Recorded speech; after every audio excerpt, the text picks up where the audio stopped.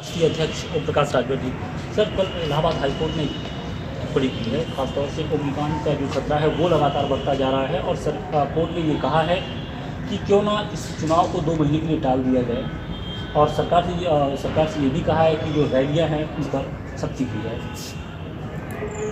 देखिए, जो देश की हालात है उस हालात में खुद हमारे देश के प्रधानमंत्री, भारत सरकार और उत्तर प्रदेश सरकार में ये सब लोग खुद जनता को मुसीबत में डालना चाहते हैं। आपने देखा कि जब यहाँ कोरोना अपने चरम पे था तो हमारे देश के प्रधानमंत्री और उत्तर प्रदेश के मुख्यमंत्री दोनों लोग बंगाल में वोट मांग रहे थे। यहाँ लोग ऑक्सीजन के लिए, वेंटिलेटर के लिए, दवा के लिए, अस्पतालों में भर्ती होने के लिए तरस रहे थे और इन लोगों को वोट दिखाई दे रहा था। आज वही सेम टू सेम जो इलाहाबाद हाई कोर्ट ने टिप्पणी किया है या कहा है, तो वही चीज़ है कि आज पूरे देश में धीरे धीरे ओमिक्रॉन का प्रकोप बढ़ता जा रहा है और हमारे देश के प्रधानमंत्री पहले प्रधानमंत्री हैं जो ये वोट के लिए रैली कर रहे हैं। आज तक ऐसा प्रधानमंत्री हमने नहीं देखा कि बगैर चुनाव के घूम घूम करके वोट की रैली कर रहे हों और झूठ बोल रहे हों। ये इनके लोग ब्लॉक से लेकर के तहसील से, जिले से, पूरे अधिकारी, पूरे देश के 130 करोड़ लोगों का पैसा और उत्तर प्रदेश के 24 करोड़ लोगों का रुपया जो टैक्स से जमा हो रहा है, उस प्रदेश की संपत्ति को ये लोग रैली में, वोट में तब्दील करने में लगे हुए हैं।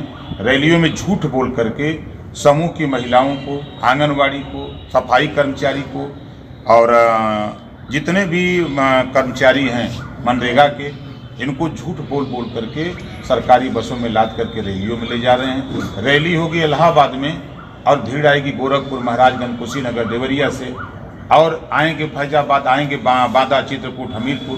क्योंकि सरकारी बस हैं, सरकारी तेल हैं, इनको तो कुछ पता है नहीं। तो ये जो सरकार ने, हाईकोर्ट ने कहा है वो उस पर इनको विचार करना चाहिए कि अगर ये देश की जनता रहेगी तभी वोट आप मांग सकते हैं। तो क्या एक राजनीतिक पार्टी के अध्यक्ष के तौर पे आप ये सरकार से ये मांग करते हैं कि ये चुनाव को टाला जाए? देखिए, जिस तरह का मूवमेंट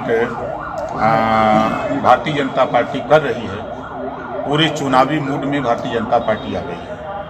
आपने देखा कि दूसरे स्टेटों के इनके वर्तमान और पूर्व मुख्यमंत्री, कैबिनेट मंत्री, मिनिस्टर सारे लोग पूरे उत्तर प्रदेश में घूम रहे हैं और पहले हमारे देश के प्रधानमंत्री हैं जो जैसे इनको डर हो गया है कि उत्तर प्रदेश हमारे हाथ से जा रहा है। इस तरह की हताशा और निराशा को मान करके ये योगी जी को किनारे लगा दिए। अभी पूर्वांचल एक्सप्रेसवे में देखा कि पैदल कर दिया मुख्यमंत्री जी को। अभी विश्वनाथ कॉरिडोर में आपने देखा कि मुख्यमंत्री कमरे बंद कर दिया, अकेले नहा रहे हैं। अरे आपका सीएम है, उसको भी साथ लेके नहाते, उसको भी साथ लेके चलते। तो क्या आपको लगता है कि इस मसले पर सर्वदलीय बैठक बुलाकर एक विचार विमर्श करने की जरूरत है कि क्या इस चुनाव को टाला जाए या फिर इसी तरह से किया जाए या फिर कुछ दूसरा रास्ता अख्तियार किया जाए? देखिए, इस देश में अब तक जो मैंने पढ़ा है, ये सच है कि कोई भी आफत, विपद, मुसीबत आती है तो सर्वदलीय बैठक करके एक डिसीजन लिया जाता है कि पहले देश को बचाया जाए, उसके बाद देश की जनता सुरक्षित रहेगी तो फिर आगे और चीज़ें होगी। लेकिन भारतीय जनता पार्टी एक ऐसी पार्टी है, ये ना तो कोर्ट के आदेश को मानती है, ना तो ये किसी की बात को मानती है। एक मैं आप लोगों से कहा था कि खाता न बही जवन भाजपा कहे वह सही। तो ये जातिवार जनगणना के लिए भाग के जाके सुप्रीम कोर्ट दे देंगे कि एफिडेविट की नहीं, हम नहीं करा सकते। 10 घंटे 72 घंटे में 10% गरीब साउंड को आरक्षण देते हैं, ये किसी से पूछने नहीं जाते हैं। वहीं 52% पिछड़ों की आबादी है, उनको आरक्षण देने के लिए इनको चिंता नहीं सताती है। आज प्रदेश में हाहाकार मचा हुआ महंगाई पर इनके ललका साँड़ से पूरा किसान का अरकल, मटर, गेहूँ, आलू सब चल रहे हैं, उससे निजात दिलाने के लिए इनके पास समय नहीं है। लेकिन प्रदेश में रैली करने के लिए हमारे देश के प्रधानमंत्री, सारे अधिकारी, कर्मचारी, मंत्री लगे हैं कि हम ये साँड़ से किसानों को निजात कैसे दिलावें। आप चले जाइएगा ट्रामा सेंटर, 70% मरीज आपको ट्रामा सेंटर में साँड़ से लड़ करके आकर के मिलेंगे। 70%। उससे कैसे निजात दिलाई जाए? प्रदेश की जनता, देश की जनता उससे परेशान है। इस पे इनका चिंतन है, सिर्फ वोट की चिंता है। तो चाहिए इनको कि सर्वदलीय बैठक बुला करके इन सारे जो तथ्य हैं, बिंदु हैं, इस पे बैठ के चर्चा कर लें और सर्वसम्मत से जो डिसीजन होता है उसको मानें। लेकिन ये अपने को, हम तो देश के प्रधानमंत्री को देखा, जब मंदिर भगवान राम का मंदिर उद्घाटन करने जाते हैं तो उधर राम बन जाते हैं। नहीं, वैसे भी जो रैलियां हैं उसमें लाखों की संख्या में जो भीड़ है वो आ रही है, चाहे प्रधानमंत्री की रैली हो या फिर हमने अखिलेश यादव की भी रैली देखी और जिनकी विजय यात्रा है उसमें भी रैलियां, तो रैलियों में और जो सभाएं हैं उसमें तो भीड़ उमड़ रही है। लेकिन सवाल इस बात का है कि जो लोग इस तरह की रैली कर रहे हैं वो निश्चित तौर पर ओमिक्रॉन के खतरे के बीच में मौत के मुँह में ढकेलने की जैसा है ये। देखिए, रैलियों में भीड़ दो तरह की आ रही है। मोदी जी की रैली हो, चाहे योगी जी की हो, चाहे अमित शाह जी की रैली हो, इसमें सरकारी पैसे, सरकारी बस और सरकारी कर्मचारियों को जबरी झूठ बोल करके उनको लाया जा रहा है। और अखिलेश जी की रैली में लोग स्वेच्छा से आ रहे हैं। 12-12 बजे, 1-1 बजे रात तक 25-25, 30-30 हज़ार लोग इंतजार करते हैं। मैं भी रथ में निकला हूं और जो जनता का क्राउड है वो अखिलेश के पक्ष में है। आप अखिलेश के एक वीडियो देख लीजिए, चाहे वो जौनपुर का, चाहे ललितपुर का हो, चाहे मैनपुरी का हो, उनकी भीड़ का क्राउड देख लीजिए और मोदी जी, अमित शाह और योगी जी की भीड़ का क्राउड देख लीजिए। दोनों में आपको समझ में आ जाएगा कि कहाँ भीड़ किराए पर लाई गई है, पैसा दे के बुलाई गई है और कहाँ लोग अपने से आए हुए हैं। कानपुर के आज एक व्यवसायी के घर पे छापेमारी हुई है, समाजवादी पार्टी से वो भी जुड़े हुए हैं।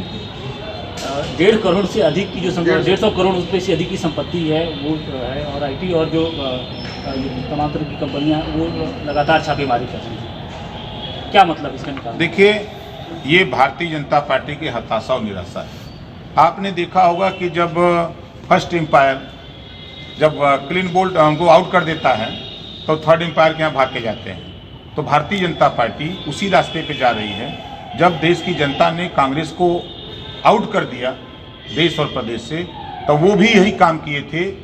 ED, CBI का इस्तेमाल किया और देश और प्रदेश से वो चले गए।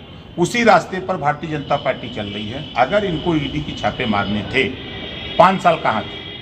आज चुनाव आया है तो इनका ED दिखाई दे रहा है। अभी तो ED आया है, कल CBI आएगा और जितनी एजेंसियां हैं ये सब लेके आए हैं। भारतीय जनता पार्टी जान चुकी है कि अब हमारे हाथ कुछ लगना नहीं है। जनता उब गई है, पत्रकार दुखी है, व्यापारी दुखी है, छात्र दुखी है, नौजवान दुखी है, किसान परेशान है, डॉक्टर परेशान है, वकील परेशान है। कोई खुश इनसे नहीं है। सब लोग इनकी विदाई करने के लिए समय का इंतजार कर रहे हैं। इस नाते इनके पास आखिरी हथियार है, वह हथियार जो ये सोच रहे हैं उस हथियार को चला करके हम सरकार बना लेंगे, तो वो सरकार वो हथियार चला करके कांग्रेस अभी थर्ड एम्पायर से रिजल्ट नहीं मिला है कि जो आउट हुआ है उसको फिर बहाल किया गया हो। तो ये लक्षण है कि भारतीय जनता पार्टी की हताशा और निराशा, हार साफ साफ झलक रही है। एक लास्ट क्वेश्चन, आपके जो पूर्व सहयोगी असदुद्दीन ओवैसी का एक जो वीडियो है वो वायरल हो रहा है, उसमें वो पुलिस वालों को धमकी देते हुए कह रहे हैं कि आज तो बीजेपी की सरकार है लेकिन बाद में ये सरकार नहीं रहेगी, फिर हमारी सरकार आएगी तो निश्चित तौर पर इसका जो खामियाजा है आप लोग जो आज कर रहे हैं उसका भुगतना पड़ेगा। तो क्या पुलिस वालों को इस तरीके से सरेआम धमकी देना ठीक है? देखिए, भारतीय जनता पार्टी के लोग, मैंने देखा है वीडियो, किसी को गाली देते हुए, जूता मारते हुए, मारपीट करते हुए मैंने देखा। और SP को थप्पड़ मारा भारतीय जनता पार्टी के लोगों ने। इटावा के SP को थप्पड़ मारा और उसको जिलाध्यक्ष भाजपा ने बना दिया। तो ये ठीक नहीं है, ये इसकी हम घोर निंदा करते हैं। अगर इस तरह की धमकी, इस तरह के कारनामे हो रहे हैं तो अब ओम प्रकाश राजभर उसकी निंदा करता है, क्योंकि हमारे आपके बीच से ही वो वहाँ भर्ती हुए हैं। उनकी ड्यूटी है लाइन ऑर्डर कंट्रोल करना। तो वो लाइन ऑर्डर अगर कंट्रोल करते हैं तो नेताओं को बुरा लगता है। तो नेताओं को चाहिए कि कम से कम संविधान के दायरे में जो हमारी संस्थाएं हैं वो अपमानित न हो। अगर हम अपमानित हैं तो हम अपने अपमान के लिए परेशान होते हैं, तो आप उनको अपमानित करते हो तो उनको भी तो ठेस पहुंचती है। तो इस नाते हमारा तो मानना है कि जो बीमारी है